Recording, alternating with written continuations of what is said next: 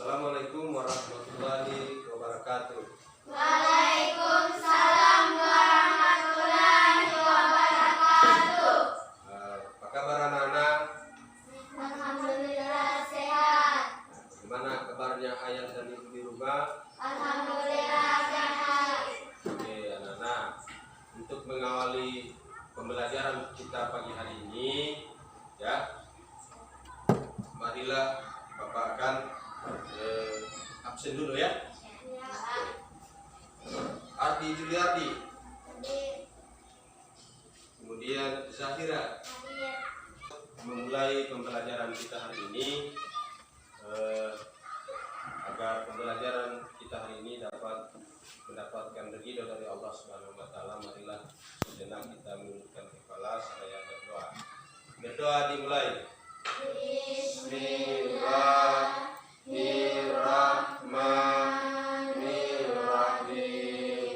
Rabbi zidni ilman warzuqni fahman. Artinya, untuk lebih semangat kita belajar hari ini, pagi hari ini, marilah kita menyanyikan salah satu lagu kemerdekaan.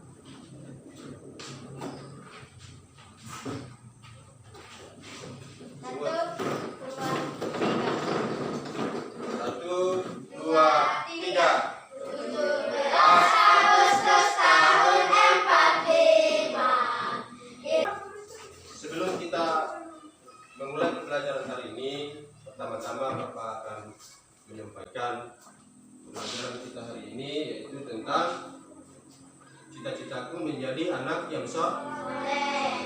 Tentunya sebelum kita belajar tentang cita-citaku anak yang soleh, tentunya kita pernah dengar ini pembelajaran di kelas 4 kemarin, ya. Cita-citaku menjadi anak yang soleh di kelas. Sebelum kita belajar tentang cita-citaku anak yang soleh, tentunya kita pernah dengar ini pembelajaran di kelas 4 kemarin, ya. Cita-citaku menjadi anak yang soleh. Di kelas 4 kemarin itu ada materi untuk menjadi anak yang soleh, ya. Untuk menjadi anak yang soleh itu, pertama dulu apa yang kita harus lakukan? Ada yang tahu? Yang pertama itu untuk menjadi anak yang soleh, ya, pertama kita harus berbakti kepada orang tua. Jadi untuk mengingatkan kembali, jadi Bapak kembali mengingatkan bahwa pembelajaran kita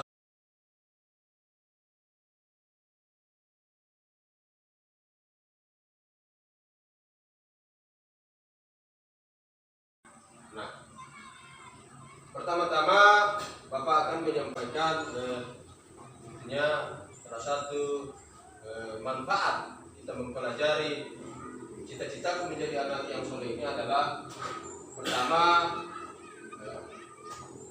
dicintai, pasti kita akan dicintai oleh Allah dan Rasulnya, dan doa anak yang soleh dapat langsung dijawab oleh Allah. Itu kegunaannya kita menjadi anak yang soleh, pasti kita akan dicintai oleh Allah dan Rasulnya. Kemudian yang kedua, kita untuk menjadi anak yang soleh itu, pertama diangkat yang kedua diangkat derajat anak dan orang tua. Ketika kita sudah menjadi anak yang soleh, pasti derajat kita terangkat. Bukan hanya kita, ya, orang tua juga pasti akan bangga kalau diangkat derajatnya. Kemudian yang ketiga, bisa memperbaiki nama baik orang tua. Jadi ini ya, tujuan kita mempelajari hari ini, ya. Kemudian yang keempat adalah anak soleh menjadi pengingat dan dapat menasihati. Kemudian yang ketujuh, jelas tentunya dapat mengalirkan pahala ketika kita sudah menjadi anak yang soleh. Oke, baik. Nah, tujuan mempelajari cita-citaku menjadi anak yang soleh ini, yang pertama kalian bisa mengemukakan perilaku jujur ya, bisa mengemukakan perilaku jujur sebagai cerminan dari iman. Kemudian dapat mengetahui manfaat perilaku jujur dalam kehidupan sehari-hari ya. Kemudian dapat menguraikan perilaku jujur dalam kehidupan sehari-hari. Kemudian yang keempat, dapat menunjukkan perilaku jujur dalam kehidupan sehari-hari. Jadi ini tujuan kita mempelajari cita-citaku menjadi anak yang soleh. Berikut.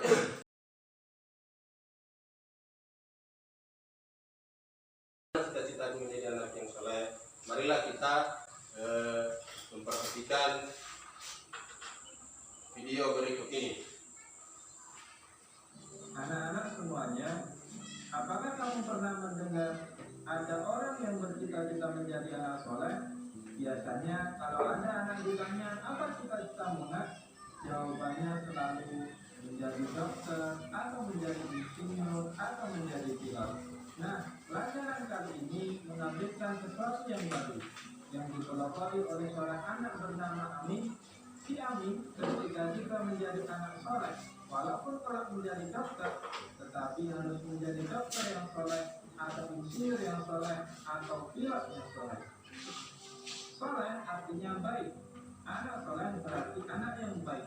Di antara ciri-ciri anak soleh adalah taat kepada Allah, jujur, hormat dan patuh pada orang tua dan guru, setia kepada kawan, serta menghargai sesama. Nah, kita akan belajar beberapa ciri anak yang soleh. Pertama, tentang jujur. Apa itu jujur? Anak-anak sudah tahu belum? Apa itu jujur? Jujur adalah lurus hati, tidak berbohong, tidak curang, dan tulus. Bersikap jujur kepada Allah Subhanahu wa Ta'ala, bersikap jujur kepada diri sendiri, dan bersikap jujur kepada sesama. Bagaimana contohnya? Nah, ini salah satu bentuk jujur kepada Allah. Ciri-cirinya selalu mentaati perintah Allah Subhanahu wa Ta'ala dimanapun dan kapanpun. Anak-anak walaupun sendirian di rumah, ketika orang tuanya bekerja, harus tetap melaksanakan sholat dan mengaji. Jujur kepada diri sendiri, yaitu dengan cara salah satunya ketika sedang ujian tidak mencontek dan percaya dengan kemampuan dirinya. Kemudian jujur kepada sesama. Ini adalah salah satu contoh siswa SD kelas 5 sedang membalikan sisa uang belanja kepada ibunya. Contoh lainnya ketika anak-anak menemukan uang temannya terjatuh di lapangan, harus dikembalikan kepada pemiliknya. Bersikap jujur tentu ada manfaatnya. Apa manfaat jujur? Yang pertama, pasti dicintai oleh Allah, dipercaya orang lain, disenangi teman, hati tenang dan bahagia, dan tentunya selamat dari bahaya.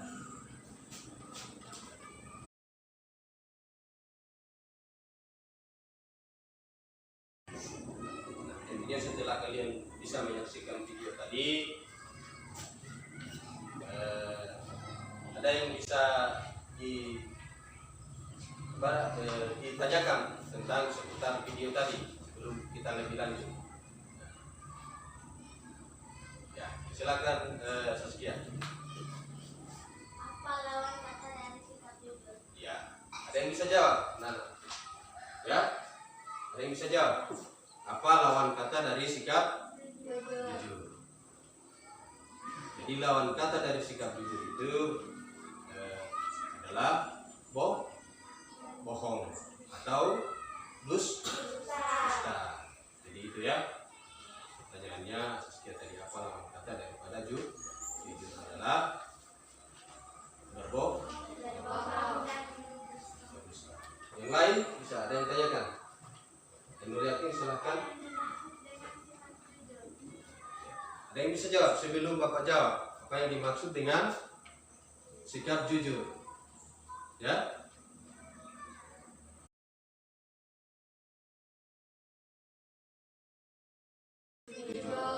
apa yang dimaksud dengan sikap jujur itu adalah berkata apa adanya. Kita tidak boleh ketika kita bercerita atau kita pun ketemu sama ayah ibu ya, itu tidak boleh menambah cerita itu ataupun mengurangi. Harus kita katakan apa adanya.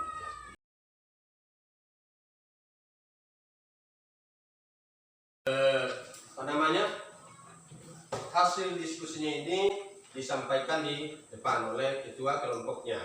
Ya, jadi kelompok 1 Saskia yang bisa bacakan, kemudian yang kedua Ainul Yakin ya.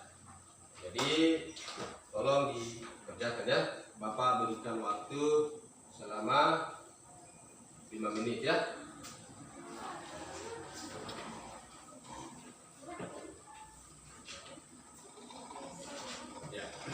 Silakan dikerjakan ya.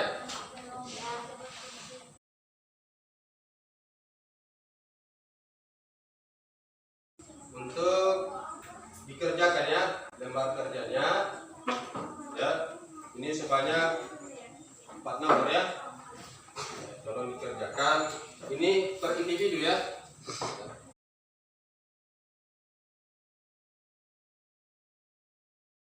Perilaku jujur itu sangat berguna di kehidupan kita ya. Jadi perilaku jujurnya sangat penting ya. Jadi kenapa pentingnya? Karena perilaku jujur itu disayangi Allah dan Rasulnya. Selain itu kita disenangi oleh orang banyak ataupun banyak teman. Jadi itu kesimpulan materi kita hari ini ya. Oke.